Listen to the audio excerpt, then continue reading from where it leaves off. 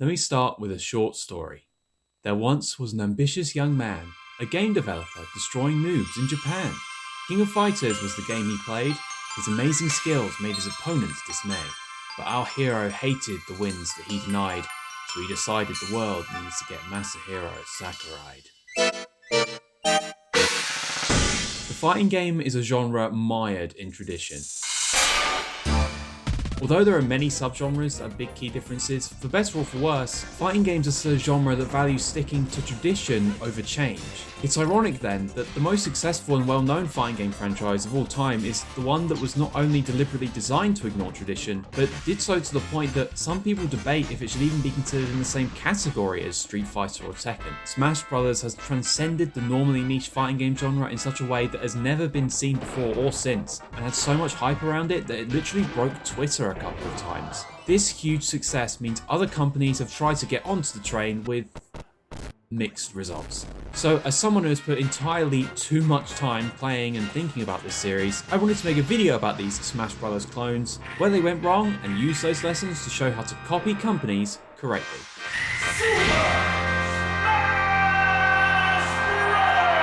This is going to get a little technical, so bear with me. Super Smash Bros. Was created by Japanese game developer Masahiro Sakurai, best known at the time for creating the incredibly popular platforming series Kirby. He was big into fighting games and he would frequent his local arcade to grind them. Now, if you haven't noticed, Super Smash Bros. Is a fighting game, and all the things it would be known for are rooted in Sakurai's time actively playing and grinding them. The emphasis on casual appeal with items and 4-player lobbies, the percentage system of scaling knockback, and the ability to alter your knockback angle through directional influence are all design choices made to remedy the issues Sakurai saw with the fighting game genre at the time. Go watch Sakurai's YouTube channel for more if you're interested. You can even go a little bit further and argue that King of Fighters, Sakurai's favourite fighting game, had some of its mechanics copied over to Smash, like short hopping and shields having health. All of this is helpful context when comparing Smash to other Smash clones, which is actually a term that the Smash community prefers not to use, as it implies that they are all just petty rip-offs, and instead they come up with another term that encapsulates all of these aforementioned design choices: platform fighter. From now on, I'll be using this term to refer to Smash likes as a whole, not only for accuracy, but because the term helps illustrate an important point about Smash that games like Multiversus don't seem to grasp. Judging by the actual name of the term, a good platform fighter not only has to be a good fighting game, but a good platformer as well. Jumps need to feel weighty and satisfying, and an appropriate amount of precise control needs to be given to the player whilst restricting them enough that they feel like there's enough challenge in the core gameplay. Smash nails this feeling perfectly. If you were to strip out the fighting elements entirely, it would still be a reasonably enjoyable platformer on a similar level to a 2D Mario game. But a game like Multiversus with its mechanics would flop before it even gets to World 1-1. I'll need some examples here, so I'm going to briefly compare the core gameplay of these two games in detail from mostly a platform perspective. Here goes. Aerial fall speed feels incredibly floaty in Multiversus. This is because Shaggy here stalls in the air for a little bit before falling, whilst Mario has a clean arc from rising up to falling back down. Both games have the fast falling mechanic, but in Smash it's a binary action. You activate by pressing down, on, or after the apex of your jump, and doing so increases your falling speed until you hit the ground. Whilst Multiversus' interpretation of this mechanic increases your fall speed only if you're currently holding downwards on the stick, and deactivates if you stop, which in theory increases precision, but in practice it just makes the simple act of falling to the ground fast feel needlessly complicated. Both of these make something as basic as jumping feel stiff and sticky in Multiversus, and fast falling gives you the sensation of plummeting to the ground like a brick rather than gracefully falling back down. And to add on to this, aerial movement in general feels off, as the air dodges are designed with fluid movement in mind while still retaining the invincibility from Smash, and aerial attacks have no distinct landing animations, making them feel oddly lagless and lack any kind of weight. I don't think Multiversus has analog control for movement, or if it does, it's incredibly weak, which makes you always feel like you're either moving too fast or too slow, while Smash gives you complete control over every facet of your horizontal movement. They may have made this decision to accommodate PC players that will come in using a mouse and keyboard, but it just ends up making the game feel way worse to play than it should have done. And it's not like keyboards aren't capable of precise movements anyway. Edgeguarding in this game should theoretically be more possible than Smash due to floaty movement, air dashes, wall riding mechanics, and knockback scaling not being that drastic, but it ends up being incredibly difficult because recoveries are just way too good. Every character gets 2 air dodges, 2 up specials, and 2 jumps by default when recovering, which is obviously a decision made to be more forgiving for casuals, but it ends up largely benefiting hardcore players who can better take advantage of this. This means that you can't gimp people very well in Multiversus, so you have to rely on raw kills on stage to take stocks, which ironically I think makes the game harder for casuals, since the floaty full speed would make edge guarding much easier for them anyway, so I feel like the changes to recoveries are redundant. Directional influence, or DI, feels almost like a non-factor with regards to unique combo routes. Using DI to survive otherwise deadly blows is incredibly strong though, and that's further compounded upon when taking into consideration the previous point about knockback scaling, as a move at 0% sends you a very similar distance to the same move at 100%, apart from charged moves that are incredibly hard to hit against anyone that's actually paying attention. This is very different to Smash, where a move will have its effects drastically altered depending on the percent. This means that matches in Multiversus can drag on much longer than they need to, and I'll get into the effects of this later in the video. Overall character design is overly complicated, with each fighter having some sort of gauge or resource for some reason, almost as if they were scared of their characters being too simplistic, even though the simplification of the movement system and the amount of available attacks was something they clearly sought out for. This fact means that you have to go into training mode to read a description of what all the gauges on your character does, regardless of what character you play, which isn't exactly an exciting draw for casuals. There are also smaller issues like your character in Multiversus being able to turn their orientation during a jump when that's not normally possible in Smash, and it means that aerial momentum gets easily nullified by just moving in the other direction, which just feels off, but the points above are the key ones. A lot of these points might sound like I'm just upset that Multiversus is different from Smash Bros in any way when there is more than one way to create a good platformer. But I actually encourage developers on this game and all platform fighters to take risks and be more different from Smash. I just wanted to show how even making seemingly minor changes to the core gameplay can have intense effect on the game. And Multiversus is the most relevant example of this I could find, unless you want me to start talking about something ancient but just as egregious like PlayStation All-Stars Battle Royale. Just so I'm being fair to Multiversus, it's not the only platform fighter to make strange design choices. Nick All-Stars doesn't have fast falling at all and opened up the grabbing system to allow every character to move around like Donkey Kong's cargo throw. Rivals of Ether decide to forego grabbing and even shields entirely in favour of a parry system. And although it's not the worst system in the world, there's a reason why Aether Studios have opted to include shields and grabs into Rivals 2, despite nearly a decade of not having them. Divine Knockout is an interesting case, as it's one of the only 3D platform fighters out there, but it suffers from the same issues that Multiversus does, where it oversimplified a lot of the mechanics for casuals, but tried to make up for it with moveset complexity, making the game feel shallow yet unapproachable at the same time. And for such a drastic change as changing from 2D to 3D, there's a surprising lack of innovation and risk-taking in the core gameplay, which, when attempting something that very few have, taking massive risks should be a given.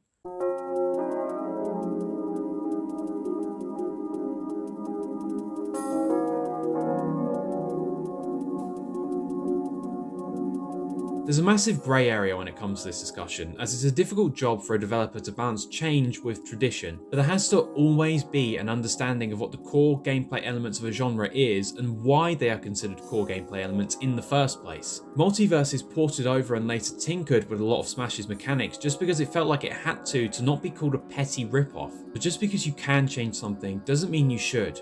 I'll get back to this later, but the similarities with all platform fighters goes further than just gameplay. Because despite the concept of a platformer mixed with a fighting game being incredibly broad, most platform fighters have opted to go for the all-star cast when it comes to its characters.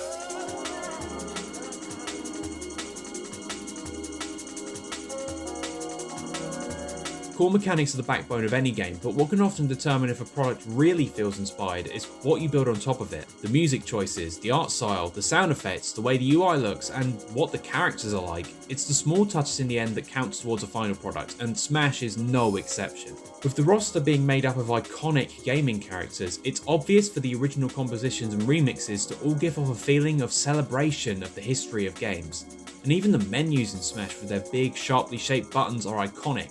It's hard to miss Smash Bros.' unique style, and it's not particularly surprising that a lot of these platform fighters have opted to go for a similar style. It's what has been proven to work for the most successful platform fighter, but doing so poses a risk of looking more and more like a Smash clone rather than a unique take on an unexplored genre. This isn't the first time a game has had such reverence that any other game that even vaguely tries to copy it is called a clone. There was a time when every new first-person shooter was called a Doom clone after all. But we can take a look at those early FPS games to see how they got away from that clone narrative. At first, FPS games from the mid-90s were pretty much just copy-pastes of Doom, down to the UI and graphical style. But by the late 90s, teams had come along that took risks with the genre, such as Valve with Half-Life, which differentiated itself through a focus on story and innovated with its sophisticated enemy AI. And gradually, games that actually went with different styles to Doom became more commonplace than the clones. This was important for the first-person shooter genre as a whole because taking risks with music, story, art style and other things allowed it to be seen as something more than a fad. And it's apparent that platform fighters, as of right now, are still in the let's just do what Smash is doing because that's the only thing we know phase. Nick All-Stars goes for a very similar style to Smash, but this is one of the few cases where it actually fits. Because the game is themed around Nickelodeon cartoons, it's stylistically consistent, but they changed it up a bit by making all the music sound kind of game showy, which also fits the Nickelodeon theme if you know the company's history. In short, Nick All-Stars fits this theming. Smash's specific style of using iconic characters is inherently restrictive to characters that people already know, and not every company has characters as iconic as Mario or SpongeBob. But even with that obvious fact, it seems a given for some reason to anyone that a platform fighter has to also be an IP fighter at the same time. If you want any indication that developers looking to make a platform fighter have too much reverence for Smash, there are two completely separate, well-known platform fighters made by completely different developers that are based around niche indie game characters. There's nothing wrong with using pre-existing characters at all, but when every single platform fighter seems to involve them, it gives off the impression that the genre isn't good enough to survive on its gameplay alone. But that's clearly not true. Smash Bros. Isn't popular because Mario and Solid Snake are in the same game. Not really. The reason that Sakurai decided to go for using Nintendo characters in Smash 64 was because the game's concept was so unique and making fighting game characters was already so difficult that he felt it impossible to get people interested in such a left field idea without characters people already love. Smash Bros. Started out with a completely unique roster, but creating original characters for Smash would have taken significantly more time to do than having a base to go off of with, say, Mario or Link, so the decision seemed obvious for Sakurai. The last thing he thought about though when doing this was that using iconic characters would be done just to get a quick buck. The marketing team on the original Smash Bros. Even had concerns about Nintendo characters fighting each other. This was clearly not where their mind was at when they added Nintendo characters into Smash 64. The whole point of it was to get people to play a game they previously might not have, and most companies trying to make a platform fighter have a fundamental misunderstanding of this. Look at Multiversus' roster for a moment. You can see the wealth of IP that Warner Bros. Own in this image, but unlike Smash or Nick All-Stars, they all come from completely different kinds of series. Comic books, cartoons, live action movies, video games, there's an original character and even LeBron fucking James is in the game. The variety is so broad that it goes way beyond being astounding and awesome to literal borderline meme material. These are some of the most iconic characters of all time, but they have absolutely no cohesion between them whatsoever. How are people going to get excited for a game where the characters are so inconsistent with each other that it's impossible to take the game seriously in any way for more than 2 weeks? If you have any doubts about what I've just said, then look at how far down the player count for Multiversus and actually every platform fighter I've mentioned in this video other than Smash has gone.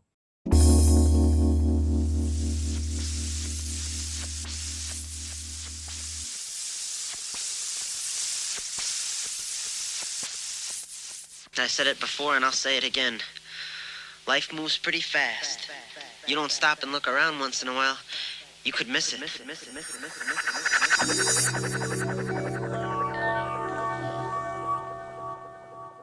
I know Multiversus' issues go further than just gameplay and its roster, but we both know deep down that even if those regularly touted issues were fixed, the ones I've mentioned in this video are far too potent to be ignored.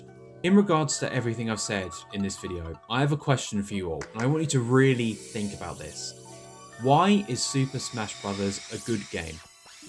The answer that probably comes to your head first is because you get to see Sonic the Hedgehog beat up Cloud Strife, but I would hope by now that we have disproved that. It's what draws most people in, sure, but as we've seen with the downfall of these games, iconic characters can only keep people going for so long. Smash Brothers could have been a game about literally anything with Mario and Fox McCloud slapped onto it, but it wouldn't have grown to 30 million units sold if it wasn't a genuinely great game. Even if you stripped all of the branding, characters and music from the game and left it with default Unreal Engine assets, it would still be just as enjoyable from a gameplay perspective as it would with iconic gaming characters in the game. This is how Nintendo makes all of their games, and a good portion of other developers do this too, but something seems to have gotten lost in translation with certain teams. They follow the surface level of what Smash's gameplay is, without understanding what makes it great in the first place. 4-player free-for-alls and wacky items and stages are in the game to give casual players something fun to do in the game without having to really understand how it works.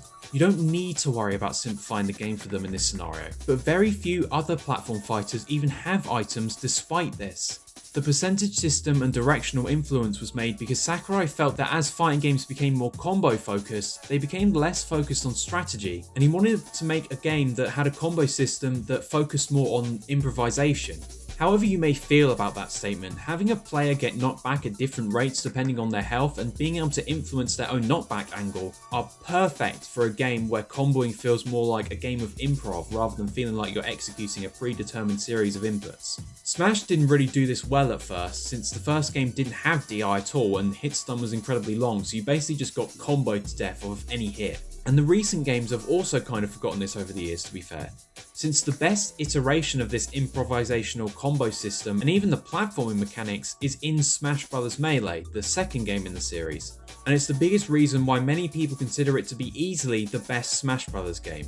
We're currently on the 5th game in the series, and even Sakurai couldn't help but feel like the game was too difficult for casuals and deliberately toned down the core design, even though Melee was by far the best selling game on the GameCube and lauded among casuals. But the key difference is that Sakurai didn't forget or misunderstand these principles. He adapted them with the core design philosophy in mind, and that's why despite how different Melee and Ultimate are, Ultimate is still a great feeling game to play. He knows what is truly important to Smash and what isn't, and most of these games always end up missing something. That's why Smash is a great game. If you couldn't tell by now, I love platform fighters. I have put an insane amount of time into not just every Smash game, but countless other games in this genre, and I feel like it has a shit ton of potential to grow. But just because you copy something successful doesn't mean you'll be inherently successful too. Maybe for a little bit, but it won't take long for people to see what's truly hiding beneath the mask. We live in an era in gaming where copying what other people have already done is commonplace, but with this video, I wanted to show you with a niche little genre the pitfalls of copying others. Most of what I said in this video about the core design of Smash and developers not really understanding it has been admittedly somewhat unfair, since the best piece of information we have on this subject came out after Multiversus even released. But the developers copying Call of Duty or any other game that has or will ever be a blow-up success has that information. It's based on decades of understanding of genres older than Smash itself, so they have almost no excuse for not getting it. There aren't too many Smash Bros. Clones, but there are too many platform fighters that focus on inheriting the wrong things from Smash, and either skimp hard on or unintentionally ruin the others. It's no coincidence that the two platform fighters with the biggest passionate fan bases other than Super Smash Bros. Are the oldest ones. Not just because they've had more of a chance to grow a community, but because they have spent the time learning firsthand what not to do when making a platform fighter. The newest additions into this genre should have spent just as much time researching Rivals of Aether and Brawlhalla as they did Super Smash Bros. As to truly take inspiration from something, you need to break it down to its core, and those games through trial and error have managed to do it. I have faith that platform fighters will eventually become more accepted by the gaming community as a unique genre in its own right, but just like the Doom clones, the Street Fighter clones and the Mario clones of the past, it's just going to take some time.